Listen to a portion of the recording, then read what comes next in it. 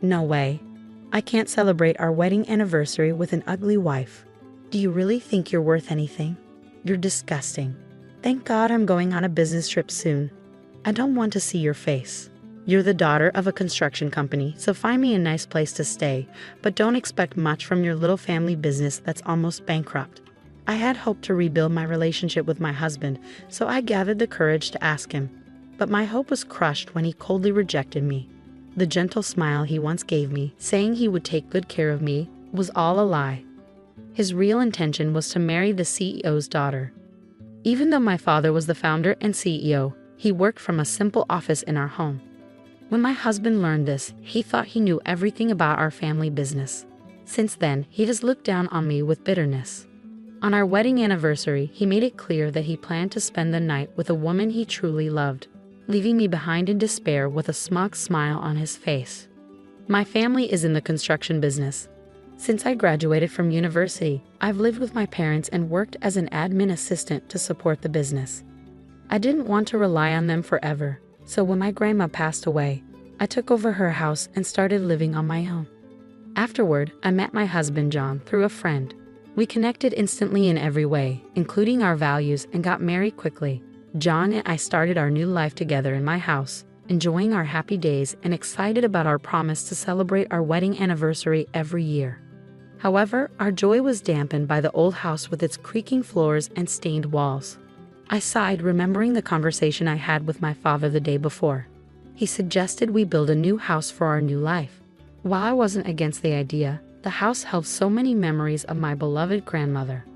I was torn between starting a new life with my loving husband and holding on to the memories of my late grandmother. I couldn't decide what to do. Just tear down this old house. Your family is in construction. Can't you even handle something like this? You're just a small, inefficient builder from the countryside, or maybe this house suits a country bumpkin like you. John would snap in frustration whenever the floor creaked or the house made noises. When we first met, he was kind and cheerful. He joked about being intimidated by my job at my father's company, and we laughed together. He proposed to me, promising he'd take better care of me than my parents did. But after we got married and he visited my parents' house, he was shocked. The house was just ordinary, and the office was a small building on the same property. It was nothing like what he had imagined. There were construction materials piled up in the yard. Since then, John always found excuses not to visit my parents and started making degrading comments to me. Later, I heard that he told everyone at work he was marrying the daughter of a company president. I never told him that my family owned a large business. After that, our conversations decreased dramatically, and we began sleeping in separate bedrooms. If you get pregnant by mistake, I feel sorry for our unborn child. Have you ever looked at yourself in the mirror? He would say whenever we saw each other, criticizing my family background and appearance. Eventually, I started to avoid him too. One day, after work, I went shopping and got caught in an unexpected rainstorm. Soaked and shivering, I hurried home and went to the bathroom to take a shower. I noticed the basement floor felt damp, even though I had cleaned it that morning. It seemed like it hadn't dried properly. I hesitated but decided to get warm as quickly as possible. So I took off my wet clothes without thinking much. However, I froze at the uncomfortable feeling that something was wrong. The bathroom was still humid and water droplets clung to the shower curtain and walls. I had cleaned the bathroom the night before, and even if I forgot to turn on the exhaust fan, it seemed unlikely the room would stay that wet until late afternoon the next day. There was even a faint smell of shampoo that wasn't ours. After showering, I texted John to ask if he had come home during the day. He replied with a simple, "Of course not." He should have been at work, busy with his job. But then I found something strange. A gap between the washing machine and the wall revealed his favorite watch. I was sure I had seen him leave the house that morning wearing it. Feeling uneasy, I put on rubber gloves and went back to the bathroom. I pulled the drain in the bathtub and saw it clearly, strands of long hair that were definitely not the same color as mine or John's. There were also a couple of small stones, likely from nail art, tangled in the hair. I rarely got my nails done. Next, I checked John's bedroom and found more of the same long hair, along with the same unfamiliar scent. There was even a smudge of foundation and lipstick on the white bed sheets. That night, feeling sick to my stomach, I decided to check John's phone while he dozed off in the living room. I had been avoiding him by hiding in my room after dinner. He didn't expect me to come out, and after a few drinks, he dropped his phone on the floor and fell asleep in a good mood. I didn't sense any caution from him at all. His cell phone wasn't even locked. A bit surprised, I took advantage of the situation and opened his messaging app. I quickly found messages from the woman he was seeing. I guessed she was his ex-girlfriend. From their conversations, I learned she came from a wealthy family and had left him when she got engaged to another rich man. However, he couldn't get over her and contacted her while she was preparing to move into a luxury apartment her fiancé's parents had bought as a wedding gift. Her fiancé couldn't move in with her yet, and she was struggling with living alone in the new place. It seemed John took advantage of that. To compete with her happy messages, he bragged that he was about to marry the daughter of a construction company. I realized then that he married me just to make his story sound impressive. How pathetic. He had no shame in using me just to show off, and I had been completely fooled. I felt so stupid. I threw his phone on the floor, went back to my room, and cried out loud. I couldn't think straight and didn't even want to think about it. Our relationship had been cold for a while, but I hadn't given up on us. Now I couldn't stay calm. I cried like a child until I couldn't cry anymore. Exhausted, I fell asleep without realizing it. When I woke up, I heard John closing the door as he left for work. I jumped up, quickly cooled my swollen eyelids, and thought again about what I wanted to do. All I could remember was the image of the kind John I once knew. I couldn't believe it had all been an act. He could have easily divorced me when he realized I wasn't what he expected, but he didn't. I thought there might still be a chance for a fresh start. That day, I made his favorite stew and waited for him to come home. I usually made it from scratch, and he had once told me it was the best. I had fond memories of him eating it with a big smile. When he came home, he didn't say anything directly to me, but he ate the stew happily. "Hey, our anniversary is this weekend. Do you remember our promise? Why don't we go out together?" I asked. I was sad and lonely, tired of living like this without being able to talk to each other. "We don't have to do anything special. I just want to be with you. I want to see the same things and have conversations," I said, gathering the courage to tell him. Tears welled up in my eyes. Whether from nervousness or fear, I wasn't sure. I looked into his face, hoping he would take me seriously. But instead, he sneered. "Oh, you're gross. A reclusive pig suddenly wants to be with me on our anniversary. What makes you think you deserve to be celebrated? An anniversary is only worth spending money on if there are feelings involved. Otherwise, it's just another day, nothing special. There's no anniversary with you at all. I don't remember any stupid promises. Stop saying weird things. You're making me nauseous." He glared at me with disdain, as if I were trash, then stormed out, claiming he was going to buy beers. Devastated, I retreated to my room and cried again. That night, he was lying carelessly in the living room, drunk. I wondered if he enjoyed mocking me in his head. I looked at his phone and found that he had made a reservation for a fancy dinner with his mistress on the day of our anniversary. Ironically, it seemed to be the anniversary of their relationship too. Everything about our marriage felt like a mistake. There was never any love from his side. I realized that I was just a misjudged status symbol for him, nothing more than a tool to maintain a basic lifestyle. I collapsed on the spot where he slept peacefully beside me. I trembled, but no tears came. "I'm leaving next week for a month on a business trip, so check out some short-term apartments for me. Your family is in construction, so you can at least find good properties through your connections, right? But maybe a business on the verge of bankruptcy doesn't have that kind of pull," he said with his usual sarcasm before leaving for work. It was almost December, and he was still the same. Normally, I would have been upset by the last-minute notice, but I no longer had the energy or emotion to care. I already knew his trip was a lie, just an excuse to spend more time with his mistress before her wedding. Checking his phone had become a regular habit. I felt guilty and disgusted with myself, but it gave me useful information. "Have a good trip, good luck," I said with an innocent smile, pretending I knew nothing. The following week, as soon as he was out of sight, I made a phone call. "Hello, yes, please start today," I said, then rushed back to my room to get ready. I had been waiting for this moment. I was impatient but excited as I ran out of the house in high spirits. A month later, while I was at work, my cell phone kept ringing. I ignored it because I was busy, but the constant vibration was annoying. I asked my parents for permission to step out and finally answered the call. Yes? What's going on? I asked. When I came back, I found that the house was gone. Completely gone. The land was up for sale too. John was yelling on the other end of the phone so loudly that I didn't need to put it on speaker. Explain what the hell is going on. The house is gone. You told me to get rid of the house as soon as possible, so I asked my father. I thought this was supposed to be my privilege. Why are you complaining when I did exactly what you wanted? I replied calmly, suppressing my laughter as I imagined him panicking. Don't mess with me. There's no way a small business like yours could do this in just 1 month. And the sign has the name of a major company as the contact. There's no way they do a favor for a small, no-name business. Who's behind this? Don't try to fool me.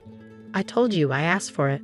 You took one look at my parents' house and assumed it was small and mediocre. Did you ever actually research my family's business? I said, revealing the truth. He seemed to realize something and quickly searched for information on his phone, probably about the company on the sign. He was so stunned that he couldn't say a word. No wonder on the company's website he saw a picture of my father as the CEO. We're a construction company, but we also run various related businesses. Not only do we handle home construction, but demolition and land sales as well. Recently, with inflation affecting business, they were more than happy to help me demolish the house and sell the land. The demolition took only a week. It was their last big job of the year, and the land sold at a pretty good price. I saw it as the last Christmas gift from my beloved grandma. I've been struggling with the decision for a while, but in the end, it helped me make up my mind. John was still speechless despite my cheerful tone. I couldn't see his face, but I imagined he must have been pale and sweating. Don't tell me you threw away all my stuff, my computer, my work files. Damn it. Do you have any idea what you've done? He was half sobbing, panicking about what happened to his belongings. No way, I'm not that heartless. My stuff went to my parents' house, and yours went to the right place. It's a little early, but it's my Christmas gift to you. Please accept it. Oh, and by the way, the boxes should arrive today. I sent them under your name, and I wrote down the address. I'm sure they'll come asking about it. You guys can talk it over and come to an agreement. Where the hell did you send them? He trailed off, so panicked that he forgot to hang up the phone. As I expected, the recipients of the package appeared. Can you please explain what's going on? Asked a man to John's horror. It was the fiancé of his mistress. I had sent John's boxes to their condo. I had already confirmed the address from John's messages. Along with the boxes, I included pictures I had taken of him and his mistress at the hotel and in the condo. The fiancé's family was well known in the area, and I made sure to send the pictures to them as well. On the other end of the phone, I could hear John and his mistress pointing fingers at each other while the outraged fiancé watched. Their engagement was called off, and it looked like a court case was in the works. When the storm passed and John realized he was still on the phone with me, he was furious and started cursing. You're ruining my life. I'm going to ruin yours too. You're worthless, and I'll make you regret this for the rest of your life. You deserve everything you got. How dare you say that without even thinking about what you did? I responded calmly. I won't forgive you ever. This is definitely the end, I said and hung up on John. I immediately called his work and reported his wrongdoings, which I had discovered while checking his phone. Then I called his parents and told them everything. I considered holding back if he made a sincere apology, but I felt I had no reason to anymore. That same day, John was fired from his job, and his angry parents disowned him. Overnight, he lost his job, his house, his wife, and his family. I was sure he couldn't stay in town any longer. After that, we officially divorced. Of course, I negotiated a large alimony settlement. His mistress was also abandoned by her furious parents. Her ex-fiancé sued her for swindling, and she was ordered to pay a huge compensation. They brought shame to a wealthy family, and the amount demanded from them was likely far greater than what a regular person like me could have managed. John and his mistress, now with no place in each other's lives, supposedly started over in a small apartment. With a damaged career and a naive young lady, they probably struggled to make a decent life together. Rumor had it they were arguing fiercely every day and just scraping by to pay their debts. Meanwhile, I bought a new house with the money from selling the land. I chose to live modestly without my parents' help and make the most of each day. Although my marriage failed, it taught me not to judge people quickly. I reflected on my naivety and learned not to waste this experience. I was hurt, but I am determined not to let it define me. I am committed to growing, becoming a better person, and learning to see people clearly. I set a big goal for myself and made a wish for a bright future. I'm a 27-year-old woman who's been married to my amazing 30-year-old husband for 5 years, but we've been together for 7.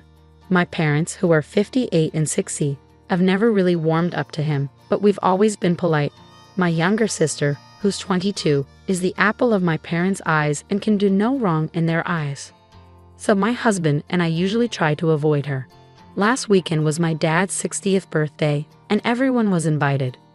My husband and I attended the event knowing my sister would be there, but we expected a pleasant evening celebrating my dad's birthday. Before going further, it's important to mention that my husband follows certain dietary rules because of his religion, but I won't go into detail. However, everyone in the family knows about it and has respected it until now. Unfortunately, after dinner, my sister revealed that she had asked the caterers to include some of the restricted foods to see if my husband would notice. I was furious. Just to be clear, the restricted ingredients were mixed into sauces, so they weren't easily noticeable. Both my husband and I were shocked and decided to leave while my sister argued that it wasn't a big deal and that we needed to lighten up. After the party, my parents remained silent and just watched. Later, they texted me, suggesting that I should consider my sister's young age and ignorance. I chose not to respond. That brings me to the title. Since the party, my husband and I have completely cut off contact with everyone. We haven't replied to any messages or calls, and neither have my parents. However, my parents came to the house, but we didn't answer the door. I avoided the reception at work when they showed up there. I haven't seen them at all today. Some police officers knocked on the door, saying they received a missing persons report about me. Luckily, it was sorted out quickly, and I was never actually missing. Now my friends are telling me that I wasted police resources when I could have simply texted my parents to say I didn't want to hear from them. I just believe that as a grown woman, I shouldn't have to justify my whereabouts to my parents. I don't think I'm at fault here. It's not fair to say I wasted police resources. It was my parents who filed a false report claiming I was missing. They obviously knew you were upset and ignored their attempts to reach out. You might consider reopening communication if you believe they're genuinely sorry, but not if they're just going to defend your sister's behavior again. Nope. Your sister is 22. She knew what she was doing. It wasn't a mistake like saying, "Oops, I didn't know Worcestershire sauce had anchovies," or "I didn't realize that soy sauce might contain gluten." She intentionally asked the caterers to add these ingredients in a way that wouldn't be noticeable. There's no excuse for that. I wouldn't want to talk to them unless they started holding your sister accountable. It's terrible what she did. Yes, favoring one child over another and calling the police to report someone missing are typical tactics of narcissistic parents. They called the police to pressure you into reconnecting with them and to make themselves look caring to others. They're trying to make you feel guilty and reconnect with them without admitting their mistakes. I agree. Reporting you as missing was just a way for them to assert control. They knew you weren't missing. They were just upset that you weren't responding. They're aware that you've cut off contact because of your sister's actions. They were trying to provoke a reaction from you. You didn't go down to reception at work, so your employer wouldn't have reported you missing or done anything to validate their report. Regarding the neighbor situation, a new resident moved in above me about a month ago. Before she moved in, the building renovated her unit, so she has hardwood floors everywhere except the bedroom. My unit and others like mine haven't been renovated, so we have carpeted floors. Everything was fine until she started vacuuming her floors every week, even the hardwood ones. This can last for about half an hour. The problem is that I work from home, and she vacuums during the day when I'm in meetings. It's really tough for me to focus on my meetings when this happens. Eventually, I went up to her apartment, knocked on her door, and explained the situation. She was understanding and asked when would be a better time for her to vacuum so it doesn't bother me. I questioned why she needed to vacuum the hardwood floors instead of just sweeping or using a Swiffer. She mentioned having a cat, so she vacuums and uses a Swiffer to ensure she gets all the hair up. I suggested she consider sweeping and Swiffering instead of vacuuming. She said that wasn't feasible but promised to try vacuuming during non-work hours. I also asked her to avoid vacuuming too late in the day. After our conversation, she simply closed the door, which made me wonder if I was being unreasonable. However, I need to be able to focus on my work. Am I in the wrong here? You might be. She has the right to vacuum whenever she needs to. And she was polite and flexible in discussing timing with you. Consider investing in noise-canceling headphones for your meetings and try not to inconvenience others. It seems a bit entitled to demand that your neighbor doesn't vacuum during the day. Your neighbor was willing to find a fair solution by vacuuming at a time that suited you. You don't have the right to dictate how someone cleans their own place. Sorry, but many people vacuum hardwood floors. She agreed not to do it while you're working, and you also requested that it not be too late. Come on, once a week for 30 minutes is reasonable. If you can't focus for 30 minutes, that's your issue. If I were in your shoes, I might just vacuum my floors for an hour every workday out of spite. My wife and I have 8 kids between us. And this story mainly revolves around our young teen Gina. Recently, Gina expressed her desire to become vegan. We agreed to cover the grocery bills, but she'll need to plan and cook her own meals. We won't rely on frozen foods or takeout, ensuring our meals remain healthy. Initially, Gina wasn't thrilled. She suggested minor changes to accommodate her, like using vegan pasta and cooking meatballs separately. However, we declined, as we're not willing to alter our diet because of her choice to go vegan. She agreed and went to her room. Later, she began sending my wife and me links to expensive cookware sets, one costing $800, along with plates, cups, bowls for $200, and her own utensils. When I asked why she was sending them, she claimed she needed new cookware and tableware because ours were contaminated. I assured her ours were fine and suggested she use her allowance or start babysitting to buy her own.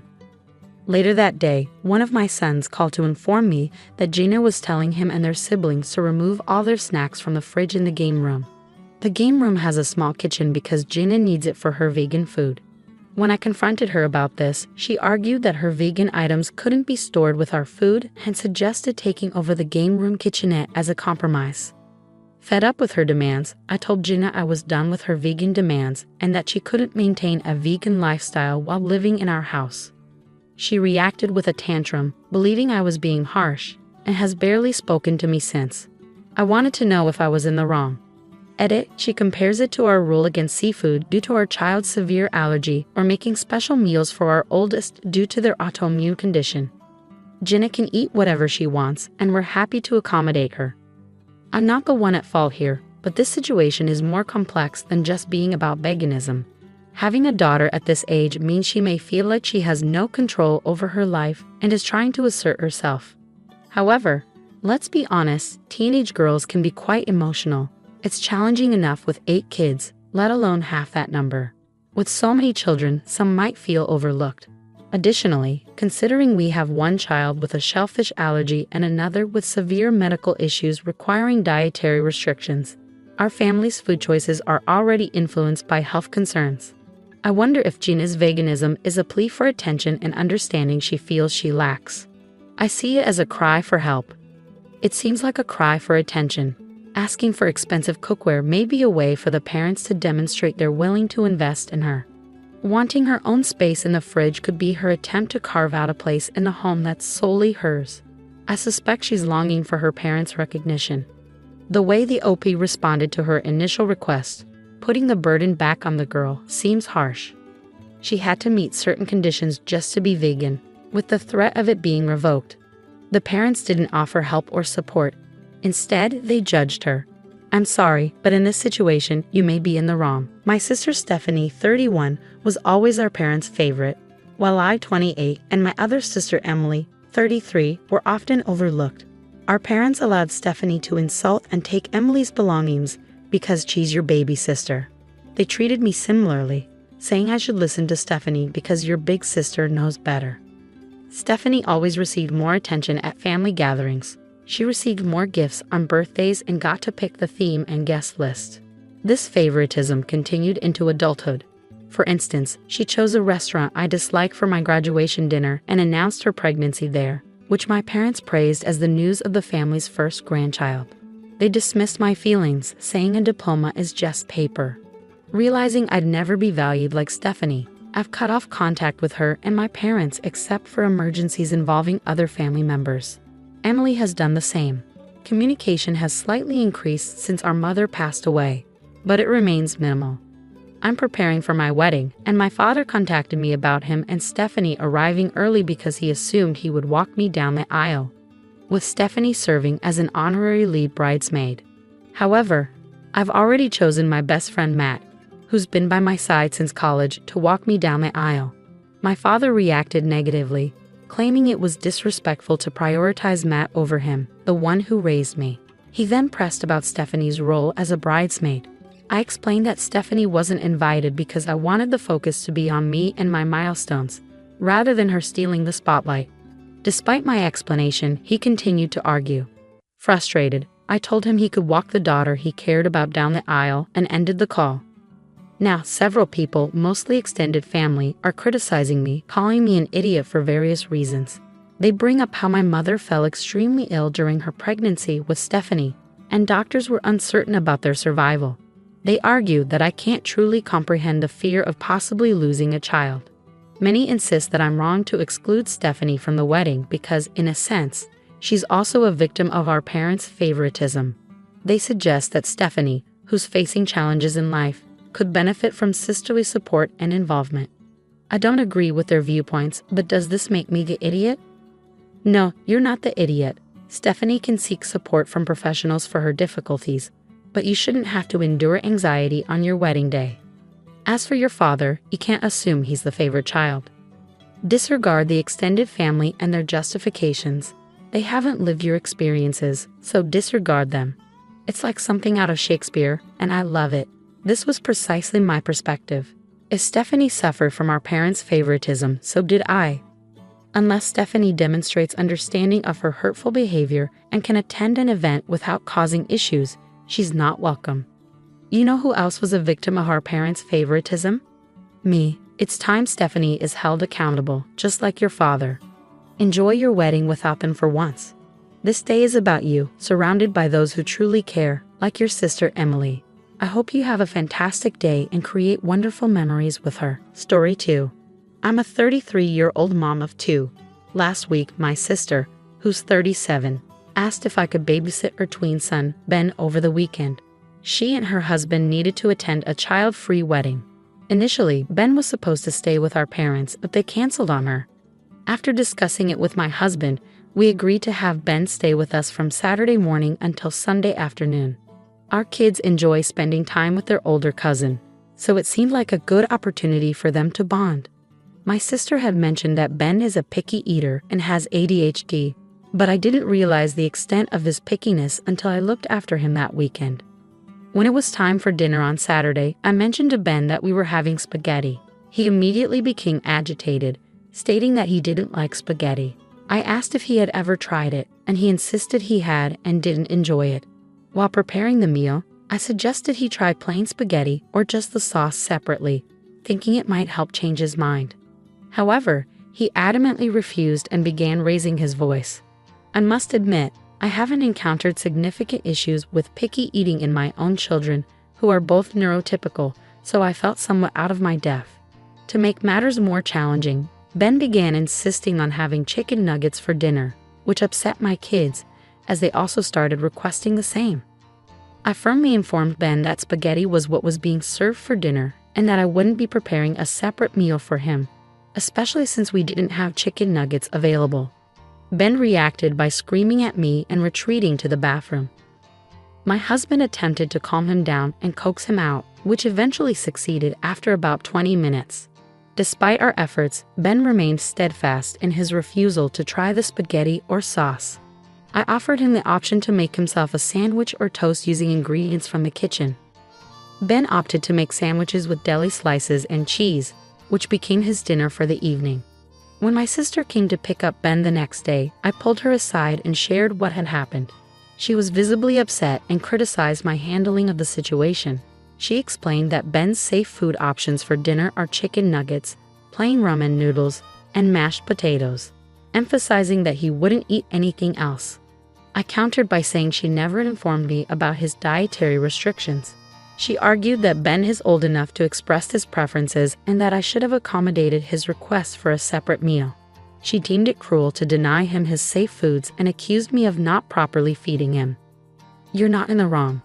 Your sister should have either provided Ben with his own dinner or informed you about his dietary needs so you could plan accordingly. It's unfair of her to criticize you for her failure to communicate effectively. I understand your situation. I also have a child with autism who faces similar challenges with food. My husband and I typically handle our nephew's meals by either providing him with a list of options or the food itself when he's not with us. If he chooses to eat, that's great. If not, it's not a big surprise, and we make him something when we return home. It seems you're being unfairly criticized here. You're not an idiot because in the end, you didn't force a neurodivergent child to cook for himself. Rather, you attempted to respect his preferences and needs. As a parent, it's understandable that you would inquire about any food preferences or allergies when caring for someone else's child. While your sister may not have informed you about her son's dietary requirements, it's clear you were aware of his picky eating habits. Despite this, you tried to encourage him to try something he didn't want, leading to a distressing situation. However, your sister also shares responsibility here. She should have communicated her son's safe foods and dietary needs in advance and could have offered to contribute to his meals. Ultimately, both parties could have handled the situation better. My mom cooks way better than yours. Some of us leaned back in our chairs while others sat up straight. There were 4 of us around the table, and it was loaded with fancy food. Usually we wouldn't have such an extravagant meal, but today we were dining with the in-laws, so it was a special occasion. Keith looked at me with a smug smile on his face, even as he ate. But this food was made by me, wasn't it? Your usual mistress's cooking is terrible, he remarked. My response spilled out, directed at Keith's comment. I glanced at my in-laws, trying to gauge their reactions. They looked puzzled, and the atmosphere in the room became tense. It felt like time stopped for a moment, and no one could move or speak, holding their forks in their hands. I realized there was no need to keep hiding. I didn't want to continue my relationship with Keith and his parents. I was the only one feeling this bitterness, but I was ready to fight back. I had planned to get back at Keith during today's gathering for a while now. That's why I had left our daughter with my parents. I didn't want her to witness this ugly side of me or be affected by it. My goal was to get revenge on Keith, and I was secretly pleased about it. My name is Rachel Davis. I'm 34 years old, and my daughter Nag just started elementary school. I'm your average housewife, living comfortably without any major troubles. Even though I have the means to live luxuriously, I'm not overly greedy. All I want is to be happy with my husband, Keith. On the surface, people might think we're a happy couple. But there's something that's been bothering me. Keith, who turned 39 this year, has been coming home late recently. It's been a norm for him to come home late since we got married. Keith works for a well-known company, and I know he's given important responsibilities. I assume there must be valid reasons for him not coming home early. I've always supported Keith and never accused him of anything, even though he deals with a lot of stress from work. He tries his best for our family, often planning trips for us on his days off. Despite the stress, we've never had arguments like other couples might. I've made up my mind to go somewhere tomorrow. I apologize for springing this on you suddenly. It's okay. I understand your situation with your husband. So what exactly do you need me to look into? Timothy asked as we sat on opposite couches, lost in thought. He spread some documents on the glass table in front of me. We have a plan to gather evidence through photos and our staff getting close to your husband, Timothy explained carefully, outlining the details of the plan. If that's the case, I'm on board with this option, I said, pointing to the plan written in the documents and nodding in agreement. At the moment, I was in the city, having visited a detective agency located in a back alley not far from downtown. Timothy Rogers, the detective assigned to my case, sat across from me, dressed in a black suit. Since yesterday, I couldn't shake off the suspicion that Keith might be cheating on me. Turning to a professional detective seemed like the best option. I didn't want to discuss my doubts about my husband with just anyone. But the urge to uncover the truth was stronger, so I explained the events leading up to this point. What does your husband do for work? Timothy inquired. He holds a managerial position in sales at a major corporation, I replied cautiously. He's like a department head. Understood. I won't ask for the company's name right now, Timothy assured me. I don't want to involve unnecessary people in this matter. That's appreciated. I responded. Typically, he works at the sales branch. If he works there, I'd like to know the company's name, Timothy requested. I'll tell you, but please promise not to tell anyone else, I said nervously, grabbing a pen and quickly jotting down the name on a notepad. This company is quite prominent, isn't it? Timothy remarked. Yes, that's why I was hesitant to mention it, I admitted. Please keep it confidential. Of course, we don't want to cause any harm to the company, Timothy assured me. This is strictly personal. 2 weeks later, I returned to the detective agency and met with Timothy again. I'm sorry to have to tell you this, but your husband is cheating, he revealed. Oh really? I gasped in surprise, feeling a mix of emotions. It was like I had resigned myself to this possibility, yet the confirmation still hurt deeply. Despite the pain, I felt a sense of duty to accept the truth. Despite the whirlwind of emotions inside me, I managed to keep a composed facade. What's your next move? Do you want to continue the investigation further? Timothy asked. Yes, please. I want to dig deeper, I replied, even though my heart felt heavy. So, we'll need to get more involved. Are you sure about that? Timothy questioned. Yes, I am. I affirmed, though I felt like my heart was sinking into darkness. I wanted to uncover the truth, no matter how painful it might be. At this point, the affair is confirmed, Timothy confirmed. And there were times when your husband stayed with the woman he was having the affair with, not just for work reasons. His words ignited anger within me, but I pushed it down, focusing on the task at hand. Do you want to see the photographic evidence now or later? Timothy asked. Show it to me, I requested, my voice trembling. Timothy handed me a photo from a brown envelope. As I looked at it, I saw Keith entering his mistress's house. The woman seemed to be around my age, but she appeared younger and more attractive. Keith looked happier with her than he did with me. My daughter Naomi's earlier observation wasn't a lie. She was only in first grade, and I didn't want to disrupt her life with a divorce. But I couldn't stay with a cheating husband either. If the affair affected Naomi negatively, it would be too late. Suppressing my pain, I made a decision. I need as much information as you can provide, I told Timothy. All right then, we'll proceed with the investigation for about 2 months. Is that okay with you? Timothy asked. Yes, I have enough money for it. Please, I need you to do this, I said firmly, meeting Timothy's gaze. But suddenly, a voice interrupted us. Hey, don't you go making decisions on your own. All you do is lie, the voice accused. No, it's the truth, I replied firmly, ready to face whatever came next. Now that I'm at Keith's parents' house without Naomi, I can fully respond to Keith's accusations. I haven't lied or deceived my parents-in-law, so why should I hide the truth? Besides, there's no benefit for me in doing so. A few days before coming here, I received a report from Timothy confirming that the investigation was completed. All the information from the detective was in the bag next to me. Keith can't deny it, and once the evidence is presented, his parents should understand. But I needed to be cautious. Knowing Keith's tendency to deceive, I decided to reveal the truth to his parents while observing the situation. You're crazy. My son would never cheat. You just keep lying, Keith's father exclaimed, his voice echoing inside the room.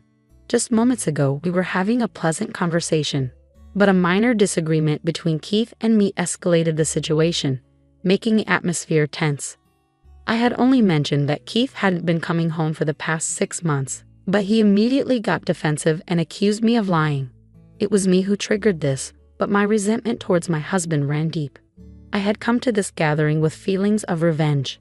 According to my son, you can't even manage household chores properly. You're just at home and yet you don't do anything, Keith's mother chimed in, echoing her son's accusations. That's a misunderstanding, I replied firmly, pushing down my feelings and locking eyes with Keith's father, even though his expression was intimidating. Your son is lying. Misunderstanding? Are you suggesting my son is lying? Keith's father challenged.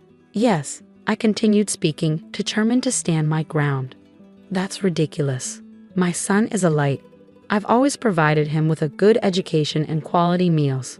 Moreover, I've taught him to be respectful and not to be a bother to others. Do you think someone like him would cheat? It's impossible. But Keith's father stubbornly refused to acknowledge what his son had done. Perhaps it was his lack of knowledge about the situation that made him unwilling to accept the truth. But Robert's demeanor grew increasingly tense. I was just about to present the evidence when Susan, who had always been kind to me, spoke up. "I used to trust you, but after this incident, I just can't anymore," she said, her tone filled with disappointment.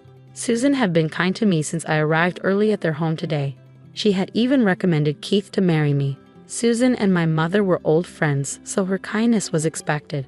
However, now she looked at me with suspicion, as if I were a criminal. "If things are really that bad, we might have to consider divorce," Susan suggested, almost sighing. I didn't want to bring up divorce. Our family runs a well-known company, and if people find out that someone like me is Keith's wife, it could tarnish our reputation. In about 10 years, Keith will become the CEO, and then we won't be able to ignore it anymore. Susan continued, her expression apologetic. "And she can't even cook properly for me." "That's not true," Keith interjected, defending his mother's accusation. "Your cooking tastes bad." In the room where the four of us were, Keith arrogantly picked up his fork and began eating. His attitude irritated me even more. "Actually, my mom's cooking is way better than yours," Keith laughed, trying to provoke me. "But that was made by me though, isn't it? Your usual mistress whose cooking is awful," he added, stunning me with his remark. The atmosphere in the room became tense, and I felt the need to excuse myself. Both sets of parents-in-law looked shocked, their mouths hanging open. Keith also widened his eyes in realization, dropping the grilled fish from his fork. He had set down his fork onto the table. "What do you mean?" Susan questioned, her tone filled with concern. "Just what I said," I replied smoothly. "As I've been saying, the one lying is my husband." "Hey, stop making stuff up." Keith slammed his fork on the table, yelling. "It's not a lie. Plus, I cooked the grilled fish after I came here this morning, in place of your mother. You and your father wouldn't know since you arrived in the afternoon," he added defensively. As I explained, Keith grew even more irritated, his face turning bright red. "Want to see the evidence? If you have it, show it," he challenged, standing up abruptly. "All right, I'll show you then," I responded, taking a more serious tone. "What? No, you must be lying. That's just nonsense," Keith protested, but I remained serious. "Well, anyway, I haven't done anything wrong," Keith muttered quietly, sitting back down. "You know what'll happen if you're lying, right?" Robert shouted, his anger evident. "First off, calm down. Does Rachel really have evidence?" Susan interjected, trying to diffuse the tension. In that moment, Susan was the only one able to think rationally.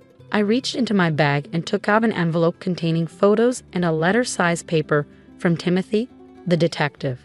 Placing them on the table, I could see my husband's face turn pale as he watched my move. "No, it's not like that," Keith protested, desperate to avoid confronting the truth, repeatedly denying it. "What is this? What does it mean?" Robert demanded, visibly agitated. "It's nothing," Keith covered his ears, refusing to face reality. "These photos, who's this person? Don't tell me you've really been cheating," Robert questioned, disbelief evident in his voice. "Yes, that's right. That's why I have these photos taken as evidence. This isn't fabricated. I've also consulted with an attorney," I explained calmly in response to Robert's remarks. "If we decide to divorce, it'll be handled according to the law," I stated without hesitation. I harbored a deep-seated intention to make Keith pay for his actions. This could tarnish my company's reputation. Robert's voice grew weak, the earlier momentum now a distant memory. "What's the truth?" Susan asked, her tone filled with concern. Keith covered his face with both hands, unwilling to accept reality. However, he could no longer avoid the undeniable truth. Slowly, his distressed expression began to show, indicating his struggle to regain composure. "All right, I'll talk," Keith finally said, slumping as if exhausted. I cheated, but it's not entirely my fault." From the beginning, Keith tried to justify himself. "I originally had someone I loved. Yeah, I had never mentioned this before. Before I met you, before Mom introduced you to me. Why did you choose me then?" I questioned, taken aback. "Because it looked good socially," Keith spoke with difficulty, then glanced at his parents. "Dad wanted me to get married soon, so I was set up with someone Mom recommended." "If you loved someone, why didn't you tell me?" Robert demanded, his anger evident. "It was someone I met about 10 years ago. She worked at a nightlife spot. Given that my father runs a major company, I couldn't openly discuss it," Keith admitted, revealing a truth I had never known. I see a nightlife spot. Well, in that case, I probably would have opposed the marriage, Robert acknowledged. So it's not entirely my fault.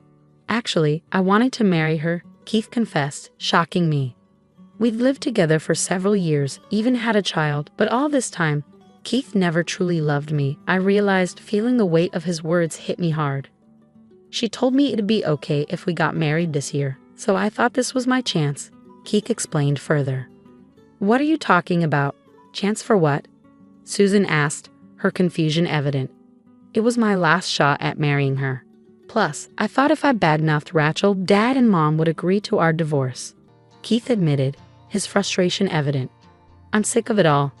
The societal expectations and all that. I just want to live a simple life.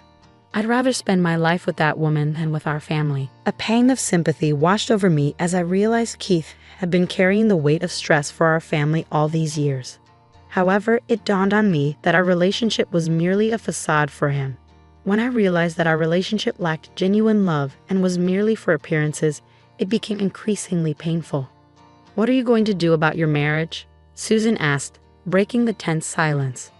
I'm going to get a divorce, I replied firmly. Do you have any idea how much money I've spent on you? Robert's anger flared. Hey, stop it. Are you taking his side now? Susan interjected, trying to diffuse the tension. We've never heard his true feelings before. He's always followed our advice and did the right thing even back in his college days. What about my business? I won't accept it unless he marries someone suitable, Robert declared, his fury toward Keith showing no signs of abating. I'm sorry, Keith's voice quivered in pain. Just saying sorry won't cut it, Robert retorted sternly. But don't you think it's enough that he's finally been honest with us?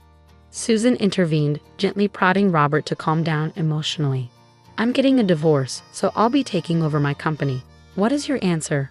Robert asked Keith with an angry expression. I can't take it over anymore, Keith admitted. I see. Are you prepared to take full responsibility? Robert questioned, seeking confirmation. It might be tough, but I'll figure something out, Keith replied. Do as you please. I won't say a thing. From today, you're no longer part of this family. Remember that, Robert declared, leaving the dining table in disbelief. I'm truly sorry, Keith expressed deep regret to me, begging for forgiveness. But no matter the circumstances, I couldn't forgive Keith for upending my life. I was set on getting a divorce and planned to seek child support. Otherwise, I wouldn't be able to suppress my feelings of resentment. I called the attorney I had spoken with earlier that day, and the divorce proceedings with Keith began the next day.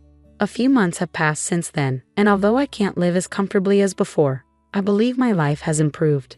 I feel better about my current situation. Mom, I'm off. Be careful, honey, I called out as Naomi headed off to school. Now in the second grade, she was growing up fast. As a single mom, I had to start working again. But it was still better than living with Keith, who had no love for us. After ensuring Naomi was safely off to school, I headed to work. The company I work for is managed by my father-in-law. I reconciled with my parents-in-law, and they've been a great support, helping me in various ways. Through their assistance, I was able to join my current company. However, I didn't know what had become of Keith after the divorce. He went to the person he had an affair with and never returned home. Keith had always had a decent amount of money, so the child support was paid promptly. Later on, through grapevine, I heard of someone resembling Keith wandering the streets at night alone, looking haggard with a pained expression. I didn't dwell on it. Whatever happened to a man who lost everything didn't matter to me now. My duty was to work hard for Naomi, letting go of the past. I took the first step into a new life. Story 1. I'm a male teen currently working part-time and have my own income. I'm also the oldest in my family. I have 4 younger siblings, 2 big brothers who are on the spectrum, and 2 sisters who are biologically my cousins and were adopted by my parents as babies. Both have Down syndrome. All 4 of my younger siblings have significant challenges and health issues. Over the years, it has drained my parents' resources and left very little for anything fun. Only when I started working 2 years ago could I afford to treat myself occasionally. Sometimes it's my favorite gummies, sometimes I save up to buy something.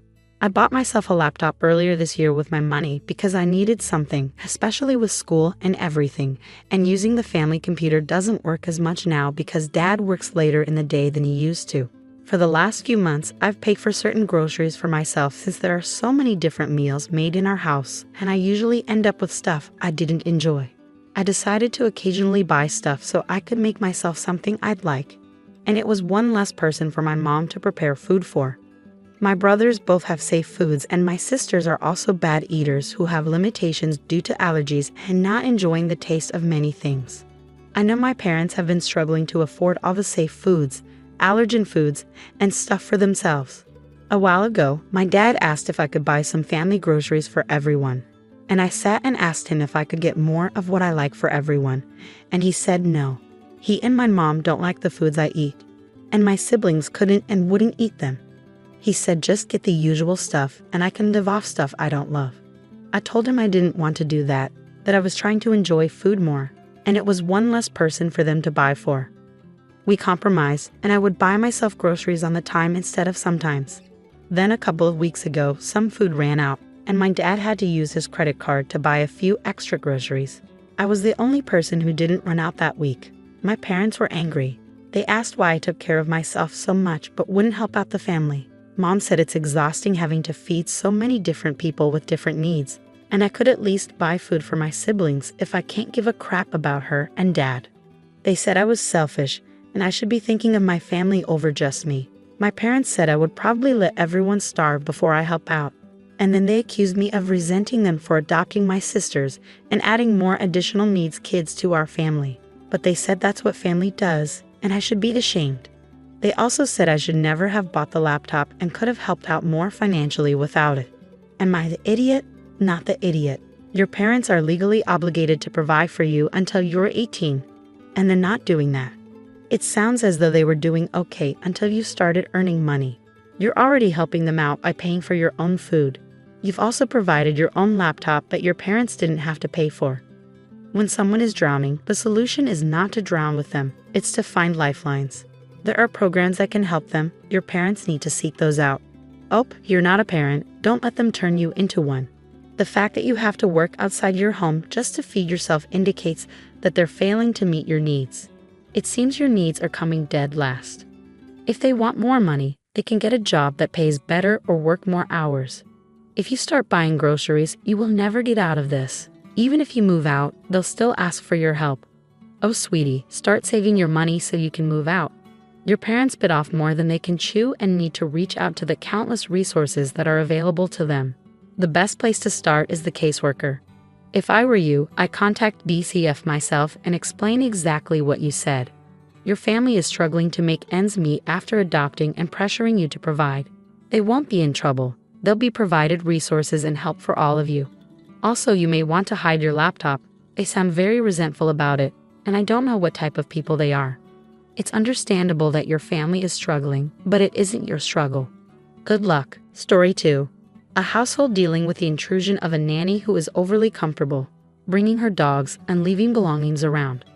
I have a nanny who comes to look after my little ones, a toddler and preschooler 3 times a week. She arrives in the morning when I leave for work at 8 o'clock a.m.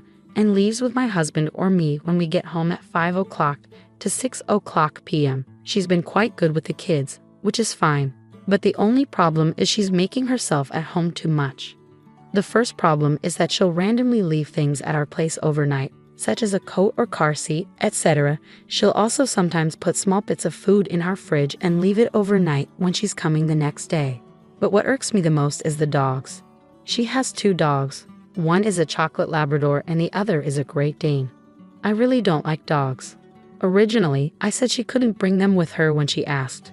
One day, she had to bring them with her because her garden was being landscaped, so I let her but told her to keep them outside. Well, since then, she just kept bringing them. I didn't say anything since it wasn't that big of a deal and not worth the hassle. Incrementally, she's letting them get away with more and more. She first tied them up to the fence, and then she started letting them run free in the yard. Then one time it was raining, and she asked me if it was okay for them to come into the house for a bit and just stay in the kitchen. And now they're just let free rein. It's in the terms of the dogs that she's making herself too much at home. I find random chewed up tennis balls in the yard, and she set up a couple of metal bowls near the back door. The other day, I found a bag of dog treats in the pantry that I'm assuming is hers. Probably the worst of all is that she takes them out to do their business. I don't even want to think about all the dog doo that would be in my yard and bags the poop. But then she leaves the poop by the front door next to her handbag and dog leashes, so I normally come home to a few of those bright green bags of her dog doo at my front door. It's just so gross. I want to say something to her, but my husband tells me not to. He's saying that we need her to look after the kids and that it would come across as offensive to tell her that. He said it's just minor things and to not really worry about it.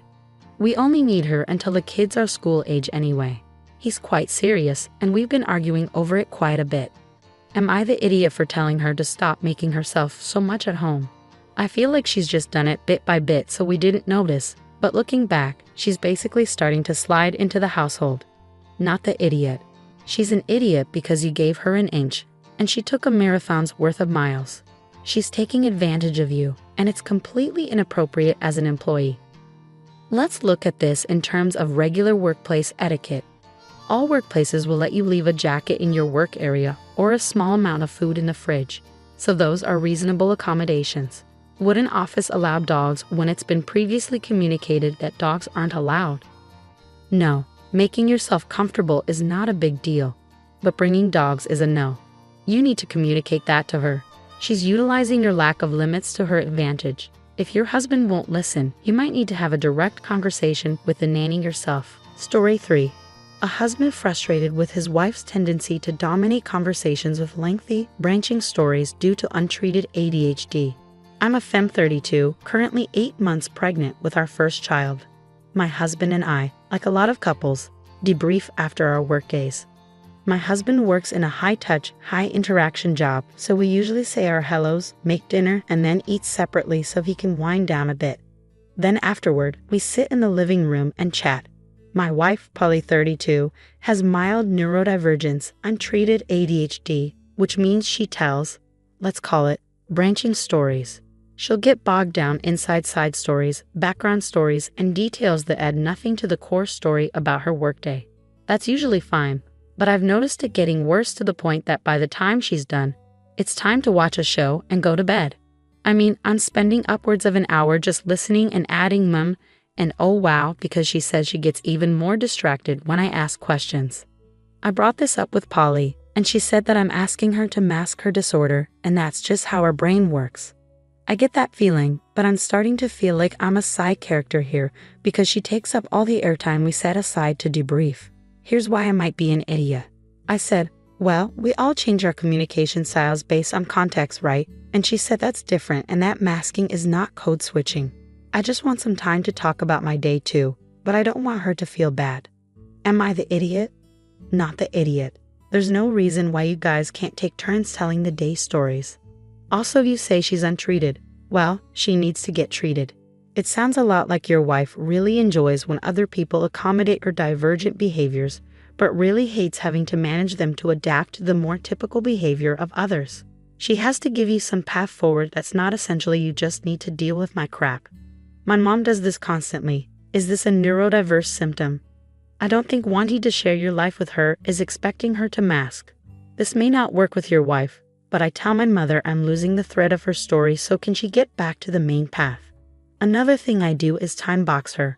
I let her know I have 30 minutes to talk when I call her. Yes, she does 99.98% of the talking. And that's fine. But at the 25-minute mark, I interrupt her and tell her I only have 5 minutes left. This is one of my biggest pet peeves. Get to the point, people. You're not asking her to mask anything. You're asking her to work on her disorder to make things easier. You're not trying to get her to pretend she doesn't have the disorder, not asking her to lie about it, and not asking her to hide it. You're asking her to try different things to curb it, like my family members counting to 3 when they were about to lose their temper, or asking a person with memory issues due to PTSD to write themselves notes. Learning how to participate in society is okay. Story 4. A woman conflicted about her sister wanting to use her address fraudulently to enroll. I have a sister, Jane, who is a single mother to her autistic son, James. James was having a hard time at his school. His school district is severely underfunded, and they do not give a crap. The schools where I live are pretty nice, and my neighbors who have kids said that they have a lot of great programs for kids like him. Since I had extra money, I decided to offer to let Jane and James move in with me so he could go to school here. Since he started, he's been doing great here. The teachers and aides are much more engaged than at his old school. They've been helping him work through some of his behaviors as well. While my other sister, Leah, is being weird about it though. The school that James attends has better teachers and aides and has a lot of other activities and resources, and in general, it's just a lot nicer. Leah and her family live in the same town that Jane and James used to live in, so her kids go to the underfunded school. Now she wants to send her kids to school here too. However, they're not taking any out-of-town students, so Lee wants to use my address and send her kids to school here. From what I've seen online, it looks like it can be considered fraud to do that. It's a fairly tight-knit community. People would figure out what we were doing and that they didn't live here. So I don't want to take the risk. Besides, Leah's kids aren't having trouble in school. Their school may not be the best, but they're doing okay. Still, Lee thinks it's unfair that I won't help her kids get out of the crappy school by using my address when I let Jane and James move in so that they can go to school here. Am I the idiot? Not the idiot. There are ways to enrich children's educational development that don't involve fraud. Your sister needs to look into that.